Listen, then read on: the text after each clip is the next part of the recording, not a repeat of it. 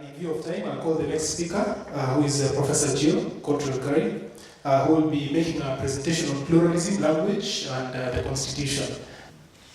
Good evening, thank you very much indeed.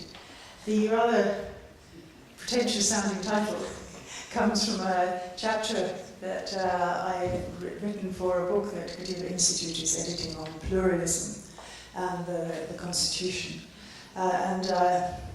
Apparently members of the panel for tomorrow morning have been given a copy of that, and I apologise to them. It's inordinately long. It's really a draft, and the organisers obviously took it off the internet, I'm sure that in its final version it will be rather shorter, and I imagine rather more tightly written.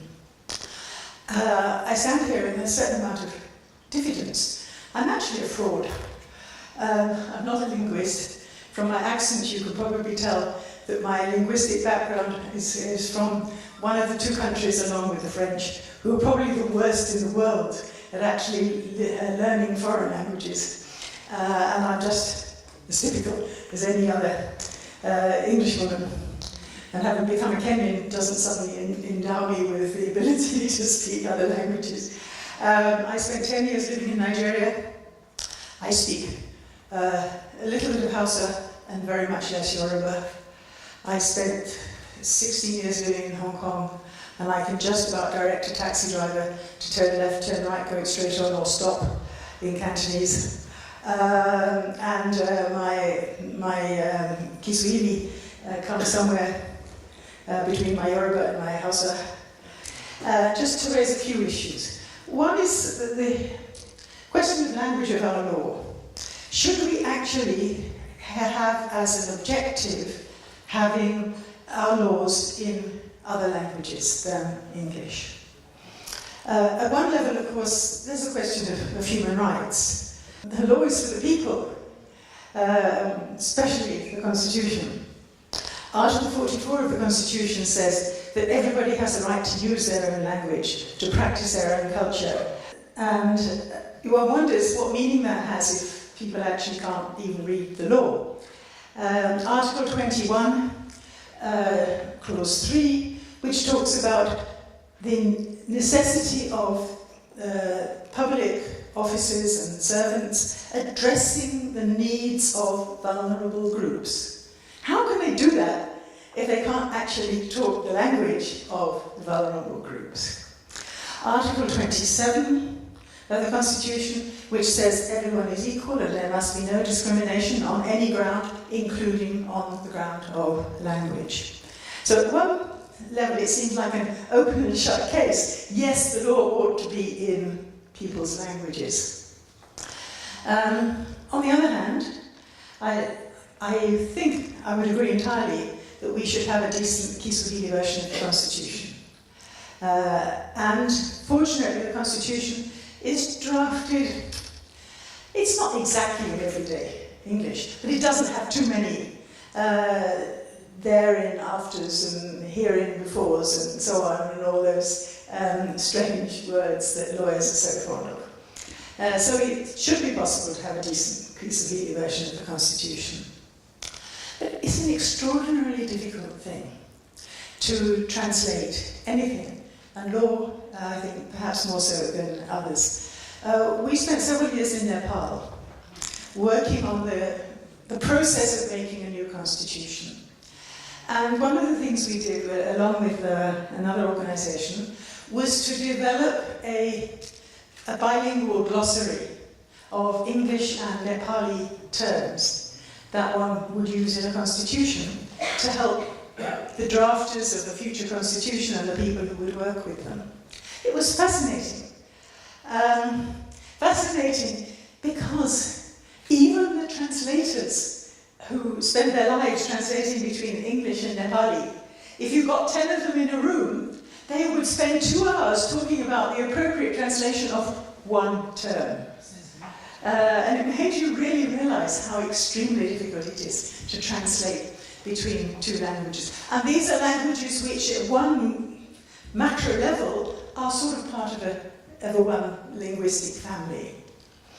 And then of course even in one language, it's not so easy to interpret the law. Funnily enough, today I got an email from the University of Hong Kong, where we used to teach, and they're having a seminar in the near future on the subject of interpretation of law by some professor whose name I forget, from, as it happens, Harvard Law School.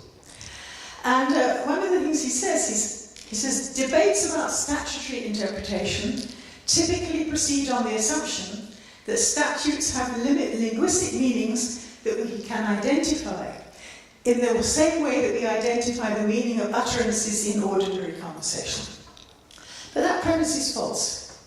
We identify meaning in ordinary conversation largely based on inferences about what the speaker intended. But now we know that when people make laws, they very often don't really have a very clear intention at all. And yet we still go on thinking that we can understand law by understanding what the intention was. And what this blurb for this seminar is saying is, this is actually a deep and systematic error. So he's talking about understanding law in English by people who speak and write and practice law and teach law in English. So the actual act of translating is quite extraordinarily difficult. Translating is not like using Google Translate. Yash and I periodically get an email from somewhere in Stockholm. He can understand Swedish, but Swedish is one of those languages of which I speak a handful of words. But if you translate, you press translate using Google Translate, it always ends with a message that says, "Do not write in vain." What do you think it means? What it actually means in the Swedish was, do not print unnecessarily. In other words, don't waste paper. But that just goes to show how you cannot actually easily translate by machine. Human beings are not machines. They're extremely complex, and their relationship with both the languages they're translating from and to are extremely complex. And then, of course, you're dealing with the fact that they're not translating for their own pleasure, they're actually translating for the use of other people. It is quite an extraordinary exercise. I did want to say something about all this, because in Kenya, and not only in Kenya, people talk as though, in a country like the United Kingdom, where most people speak English, somehow they understand the law. They don't have a problem with courts. They can go to court. They're not scared of the courts. I have news for you. It's not much different there. The law, even in your mother tongue, in other countries, is like another language. And the proceedings of the courts are just as terrifying for the ordinary British citizen as they are for the ordinary Kenyan appearing in court. So it's a problem, it's not just a question of translation, it's a question of accessibility of the whole legal system. But, my feeling is that apart from having a good translation of the Constitution, I don't think we should think in terms of trying to translate the whole body of Kenyan law into even Kiswahili, let alone the other 80 languages or whatever it is that are spoken in the country. Possibly in criminal law, because people really ought to be able to understand the criminal law, I think. In Tanzania, where after all everybody in Kenya says that Kiswahili in Tanzania is better than Kiswahili in Kenya, they have had a project for many years to translate their law into Kiswahili. But actually, most of what they've done so far is the criminal law, which is probably a sensible priority, because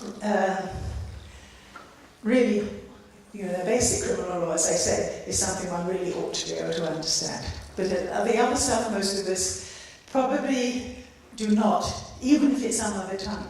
Most ordinary citizens do not want to go and read the actual law. But what we could usefully strive to do is actually to produce explanatory documents that say in reasonably simple language what the different laws that may affect people are about, not trying to translate them. It will be a much simpler exercise.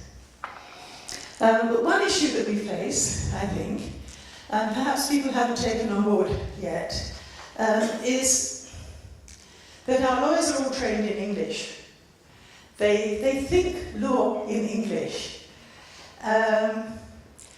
Not even in Tanzania, I think. At least I wrote to a former friend of ours who's an academic in Tanzania. I said, do you actually try to train people to think law in Kiswahili? And he said, no. And I don't think it happens here either. In Hong Kong, where all native Cantonese speakers learning law at the universities in Hong Kong are expected to do at least one course in which they actually use their Chinese and in a legal context. So they actually learn to think law in Cantonese.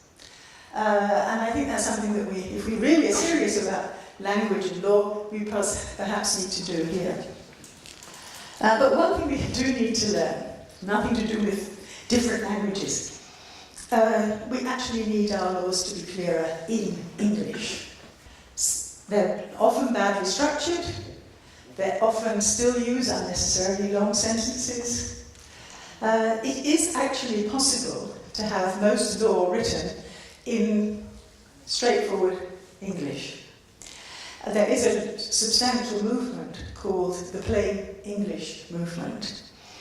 And in fact, one reason the Kenyan Constitution is a bit simpler than many laws is that one of the drafters in charge of that process was actually a leading advocate of plain English. It does not have to be gobbledygook. But of course lawyers are terribly resistant. It's partly because they're taught it, right? You go through your 4 years of law school, and then you go to the Kenya School of Law, and you have struggled with all this strange language, and you think you've achieved it, and then somebody asks you to express it in ordinary, everyday English. Water come down. Does anybody else in the world talk these days about the forenoon? But if you see a pleading, and it notifies the court that on such and such a day, such and such a motion will be moved in the forenoon. It means the forenoon, right? I can't believe it. I keep trying to change it in our colleagues' pleadings. And another thing, there is something terribly seductive about learning a special way of saying the same thing in a slightly different and special way. It's the same thing as medieval priests actually rather liked the fact that they spoke Latin and nobody else really understood what they said. Have you noticed how everybody these days, not just lawyers, is starting to say something like, tomorrow it shall be colder than today. Shall we? In ordinary English, if you're going to talk about something that is happening in the future, you should say, it will be colder tomorrow. The word shall is a little archaic. In fact, I learned at school a way of distinguishing between will and shall from an English teacher. There's the story of the man who fell he somehow fell off a boat, and he was in the sea, and he was waving his arm, and he was crying out, and he said, I will drown, and nobody shall save me. And nobody did. Because I will means I wish to drown. It is I'm applying my will to that situation. And nobody shall save me is a direction that nobody should save me. That's the way our law is written. One of the same drafter that I told you about, the one who's an advocate of plain English, tried at Bomas to persuade people to give up the word shall in the Constitution. He said, most of the time, not absolutely all the time, but most of the time, if you want to instruct that something should happen, you should say simply, it must happen. One or two brief words about should courts be in different languages. Again, I think there's a good argument for having criminal proceedings in Kiswahili.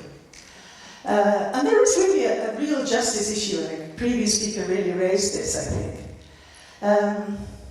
Many people are tried, especially in criminal courts, probably without having much of a clue as to what's been going on.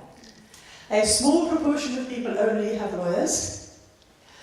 Even if they actually understand English, they probably don't have a very great deal of understanding of what's been going on. And interpreters are very often not that great. When I studied law, Yash usually says that was like 100 years ago we started studying law, but actually it was nearly 60. One of my fellow students, there was several from Nigeria, but one of them told me that he had actually been an interpreter in a magistrate's court. And he thought the interpreters were so bad that he said, oh, I actually thought not the interpreters were so bad, the lawyers were so bad.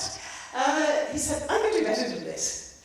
But interpretation, I think, is a real art, and I just don't think it's very well done in most people's courts. So yes, it's a real problem. People are being processed through a sausage machine, which is a magistrate's court, with having precious little understanding of what's happening to them. And that's not entirely the fault of the magistrates. Many of them are desperately overworked. But then I wanted to raise another issue, which is actually not so much law as a matter of policy. And it keeps cropping up in different forms. One issue is we move magistrates around, right? They spend, after a few years, they get moved on. They hopefully speak English in Kiswahili, but they don't perhaps have any clue about the language of the place where they have been posted. And we don't only do that with magistrates. We do it with what we used to call provincial administration, and have not found a new term which is equally easy to use. We do it with school principals and teachers and various other public servants. Partly because of fear of corruption, and partly because of some notion that we build national integration by moving people around. And I've been thinking about that a lot because there's been this discussion also recently, quite apart from the objections to the moving around of principals. There's been this discussion about boarding schools. People say that's because if you move people around, they will get to have a national sense. And one of the things that's been worrying me is, do we know whether it's true or not? We have, and with many of the aspects about language and other things, people like making assertions, but do we really know whether these actually have an effect? Do people feel a greater sense of Kenyanness because they've gone to a boarding school somewhere else? Have we thought about the other implications of this? It's I've been worrying about completely different things. When I was at school, my school principal, who'd been in the same school for 30 years or something, was part of a local community. We have a system of lay magistrates in the UK, that is, people try cases and they're not qualified lawyers. She was a magistrate, she sat on the local court. She was a well-known personality in the town. And that happens with all sorts of public servants and so on. They become part of the community. But if people are constantly moved around, what does this do? Does this impoverish communities because they don't have this link with people? But today, thinking about this issue, I was thinking, what does it do to language? That you're moving people around. Actually, how does this fit with a constitutional injunction that it's important to encourage all Kenyan languages? I just don't know how this fits together. And my final thing, I think, was to say, all this, of course, is not something academic at all. It's really about human beings.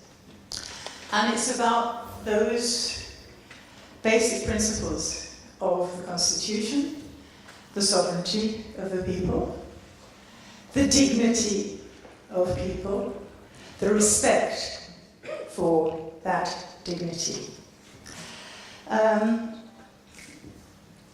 Are we really respecting all the citizens of Kenya if somehow their languages are disregarded?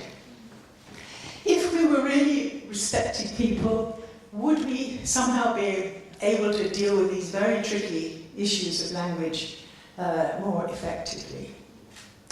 That was the thought that I'd like to leave you with. Thank you very much, and I look forward to tomorrow.